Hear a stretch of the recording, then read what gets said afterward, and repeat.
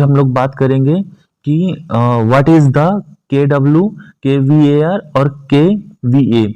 आप लोगों ने देखा होगा कैपेसिटर में लिखा रहता है के वी ए आर, और आप लोगों ने ये भी देखा होगा जब ट्रांसफार्मर में लिखा रहता है के वी ए। इनका क्या मतलब होता है, आइए हम लोग समझते हैं।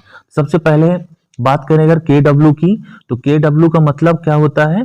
के डब्ल्यू का मतलब होता है किलो वाट। मतलब या तो इलेक्ट्रिक की भाषा में इसे एक्टिव पावर या रियल पावर के नाम से भी जाना जाता है। हम लोग एक एग्जांपल के माध्यम से समझते हैं। मान लीजिए कोई मोटर है जिसपे 3 फेज की मोटर है, हमने 3 फेज का कनेक्शन दिया। उसके बाद क्या हुआ, ये राफ्टर या ये शाफ्ट घूमने लगा। जब ये शाफ्ट घूमने लगा तो इस शाफ्ट को घुमाने में जो एनर्जी लगी उसे हम लोग क्या बोलते हैं? Real power. इलेक्ट्रिक की भाषा में इसे हम लोग रियल पावर या एक्टिव पावर बोलते हैं। ठीक है ना? तो ये हमारी क्या हो गई? एक्टिव पावर या रियल पावर हो गई, जिसे हम लोग के डब्ल्यू के नाम से जानते हैं। ठीक है। अब अगर हम लोग बात करें कि इस मोटर को घुमाने में जो एनर्जी लगी वो क्या हुई? एक्टिव पावर या रियल पावर हुई। ठीक है ना? एक एग्जांपल भी लेंगे हम लोग, क्या बोलते हैं? एक्टिव पावर बोलते हैं। ठीक है ना? एक एग्जांपल के माध्यम से हम लोग समझेंगे तो हमको अच्छे से क्लियर हो जाएगा। आखिरी में हम लोग एक एग्जांपल लेंगे। ठीक है ना? इसके बाद अगर हम लोग बात करें कि क्या के वी ए आर, इसका फुल फॉर्म होता है किलो वोल्ट एम्पियर रिएक्टिव। ठीक है ना? इस रिएक्टिव को याद रखिएगा। अब अगर इसको एग्जांपल के माध्यम से समझे हम लोग, तो मान लीजिए कोई मोटर है, ये 3 फेज की मोटर है जिसे हमने 3 फेज से कनेक्शन किया। इसके बाद क्या हुआ, इसका ये जो क्या है, इसका शाफ्ट जो है ना, ये घूमने लगा। जब ये घूमता है तो क्या होता है, इस पे कुछ एनर्जी वेस्ट हो जाती है। ठीक है ना? इस वेस्ट एनर्जी को ही हम लोग क्या बोलते हैं? केवीएआर, या तो यूजलेस या तो रिएक्टिव एनर्जी बोलते हैं। जनरली इलेक्ट्रिक की भाषा में हम लोग इसे यूजलेस एनर्जी बोलते हैं, यूजलेस पावर बोलते हैं, जिस पावर का कोई काम नहीं होता, लेकिन ये पावर इलेक्ट्रिक की भाषा में यूज होता है। वो हम नेक्स्ट वीडियो में समझेंगे कि रिएक्टिव पावर या यूजलेस एनर्जी का कहाँ यूज होता है। आप ऐसा समझ लीजिए कि मान लीजिए कोई मोटर है, जब बंद कंडीशन पे रहती है, जब उसे हम चालू करते हैं, क्योंकि मैग्नेट के थ्रू मोटर चलती है, तो उस कंडीशन पे यूजलेस पावर काम आती है।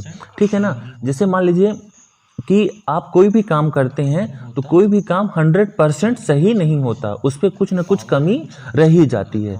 इसी कमी को हम लोग बोलते हैं यूजलेस पावर। जो कमी रह जाती है उसे हम लोग बोलते हैं यूजलेस पावर या रिएक्टिव पावर या केवीएआर। ठीक है ना? उसी तरह हम लोग बात करते हैं केवीए का फुल फॉर्म क्या होता है? इसका फुल फॉर्म होता है किलो वोल्टेज एम्पियर।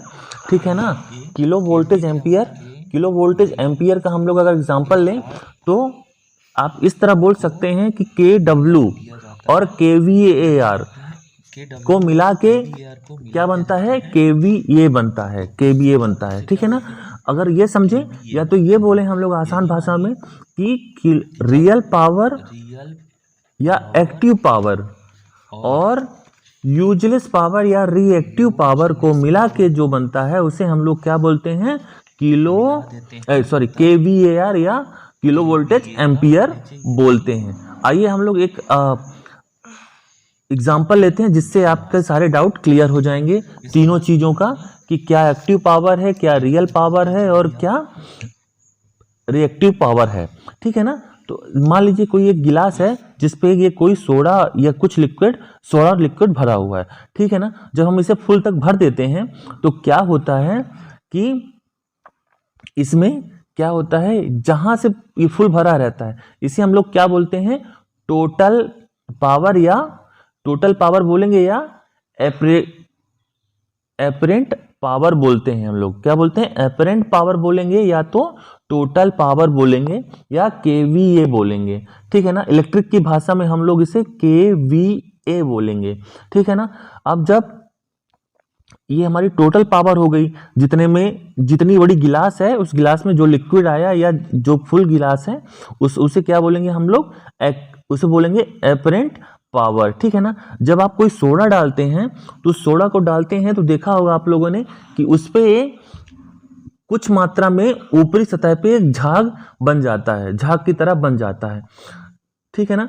उस झाग को हम लोग क्या बोलते हैं, इलेक्ट्रिक की भाषा में हम लोग उसे बोलते हैं यूजलेस पावर। जैसा कि आप वीडियो में भी देख रहे होंगे कि एक गिलास है, गिलास में हमने सोडा डाला तो उस पे क्या हुआ, उस पे क्या हुआ, नीचे तो लिक्विड आ गया लेकिन ऊपरी सतह पे देखा आपने कुछ झाग बन गया, तो ठीक है ना, वो यूजलेस पावर है, उसका कोई मतलब नहीं है, ठीक है ना।